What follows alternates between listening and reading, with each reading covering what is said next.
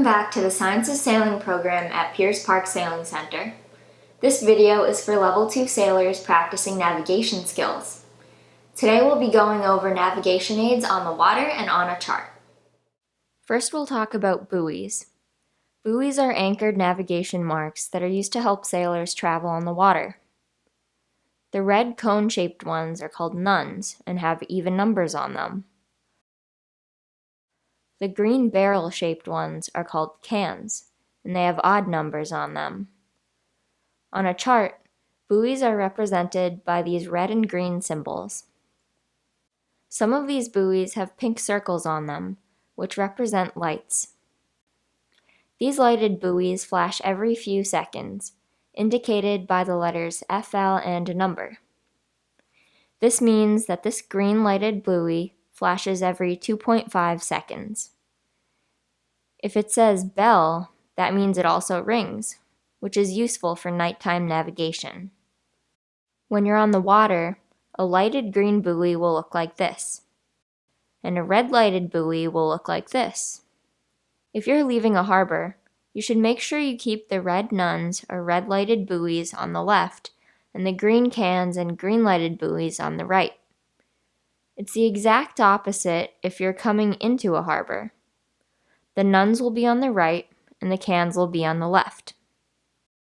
A good way to remember this is by saying red, right, returning, which means to keep any red buoys on your right when you're returning to a harbor. We also have day marks that are similar to buoys, except that these are permanently built into the seabed. The most notable day marks are the green day mark by Castle Island and the red day mark by the Eddy in East Boston. Here you can see where they are on a chart.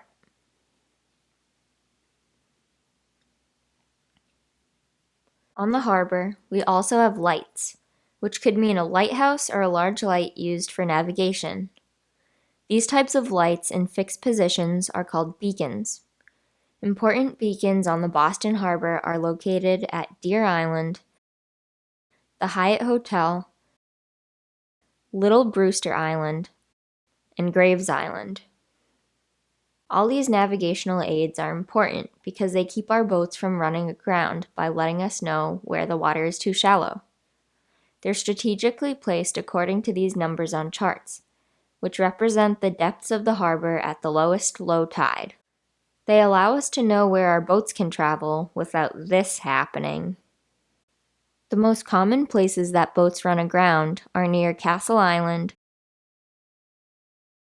Governor's Island Flats, Lower Middle, and Sculpin Ledge, because the depths can get really shallow really fast, so watch out when you're sailing by these locations. The easiest way to avoid running aground is by sailing on the big or small boat channels, which are outlined by the nuns and cans we talked about earlier. The big boat channel starts off with the President Rhodes Channel, where all the shipping vessels come through. The big boat channel continues to Boston, and we use this channel when we take island trips to Pettix Island and other islands in that area. The small boat channel is for smaller boats only.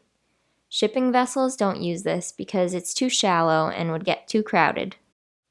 We take the small boat channel when we go to islands like Lovell's or George's Island.